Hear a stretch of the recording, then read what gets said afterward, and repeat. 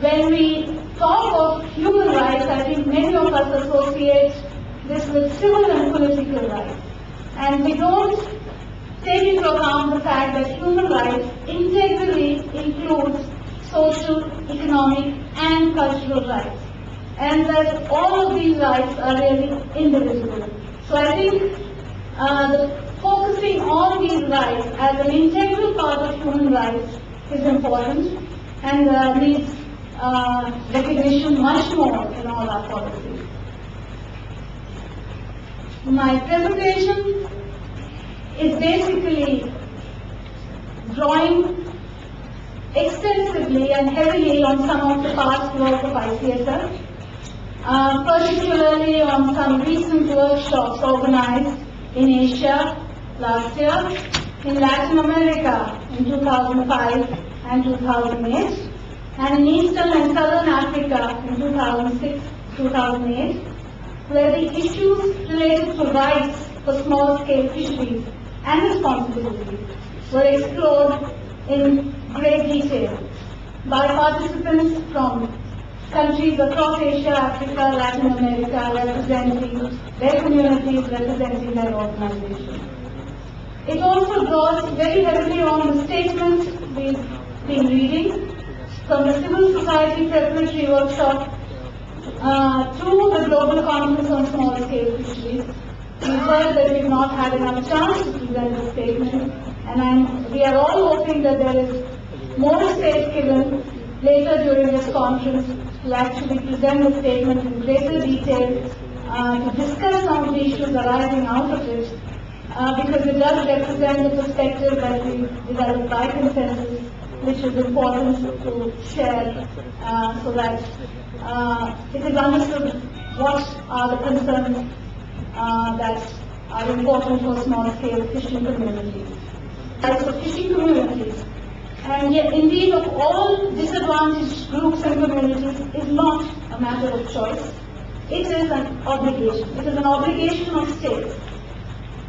And I think this is really the underlying theme of this presentation. How do we fulfill this obligation? What is the content of the actual proposals that are needed to fulfill this obligation? And of course, as I said earlier, human rights are indivisible. They are as much social, economic, and cultural as civil and political. And this is another very important basis of this presentation. Re-emphasize some of the important points. They are dynamic. 30, 40 years ago maybe, people thought that small-scale fisheries will disappear. It will be the large industrial fleets who will take over. Fortunately, and we are all witness to that, they are still here. They are as strong as ever. They have proved that they are more viable than the industrial fisheries, that they are less energy intensive, and they are far more viable on many other grounds, including social, economic, and cultural grounds. So I think we must acknowledge that and acknowledge that there is a strong case to support the sector, a sector which has survived and will continue to be dynamic in the coming period. It is not just an economic activity. We cannot just look at it in terms of economics. And I think this is really an important issue that must sort of determine how we look at small-scale fisheries. And we all believe that small-scale fisheries is the model to sustain fisheries and fishery-dependent livelihoods in the future. It's also important to recognize that small-scale fisheries are characterized by well-evolved knowledge systems. They have lived for generations with these resources. They have adapted their lifestyle in tune with their resources. They know the patterns of tides. They know the patterns of the seasonalities of fish. There are well-evolved knowledge systems that underlie communities. Communities use a diversity of craft and gear, evolved over time, well adapted to local conditions. And I think many scientists have found that really some of the designs of all these crafts and gear cannot be substituted easily because they are well tuned to their local environment, they are selective, they are seasonal, and they are most effective in that context. They are also characterized by systems of internal governance, and we see that in many parts of the world. Well-developed social institutions, systems of free tenure.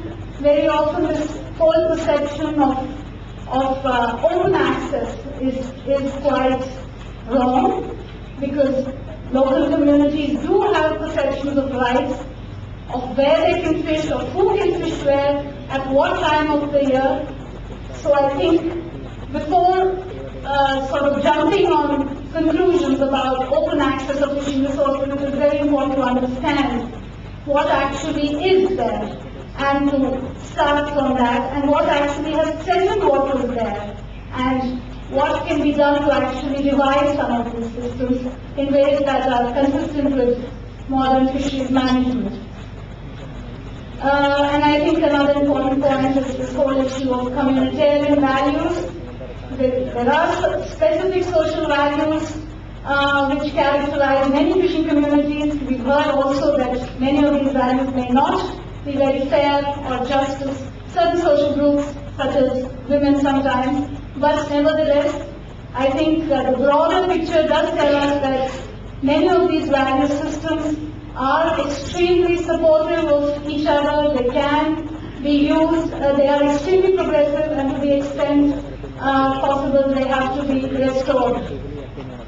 In the UN Charter, the United Nations Declaration on Human Rights, the Convention on Economic, Social and Cultural Rights, the Convention on Civil and Political Rights, the Declaration on Rights to Development, the Convention on the elimination of discrimination against women, and so on.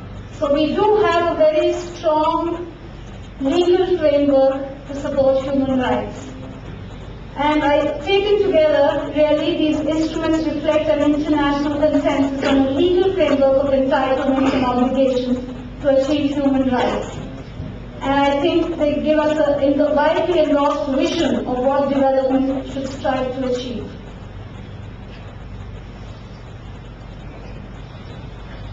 I move now to the 1986 Declaration on the Right to Development, which recognized that human rights must be realized in the process of development. Conversely, development must not undermine human rights. Any development that takes place should support and be in tune with human rights of communities. The human rights approach to fisheries recognizes that human rights and human development share a common vision and a common purpose to secure the freedom, well-being and dignity of all people everywhere. And drawing on a famous economist, Amartya Sen, I think what flows from this whole approach is the need to expand the capabilities and the positive freedoms enjoyed by fishing communities to provide them the opportunity to fulfill their obligations. And this means, in very concrete terms, removing the obstacles such as illiteracy, ill health, lack of access to resources, or lack of civil and political freedoms that prevent people from doing what they want to do. And I think this is the task before us. How can we expand the capability and the positive freedoms enjoyed by fishing communities to enable them to fulfill their potential? And I think there is a strong case for a human rights approach to fisheries. It provides a stronger basis for citizens to make claims on their states, because our states are all party to this international legal framework on human rights, and indeed there is an obligation of states to observe and to recognize and to build on the human rights. It recognizes that everyone, including disadvantaged groups, have legally mandated and recognized rights, and the basis to claim them not as charity but as rights. And again, I come back to the statement yesterday. Fishing communities would not like to be considered as poor.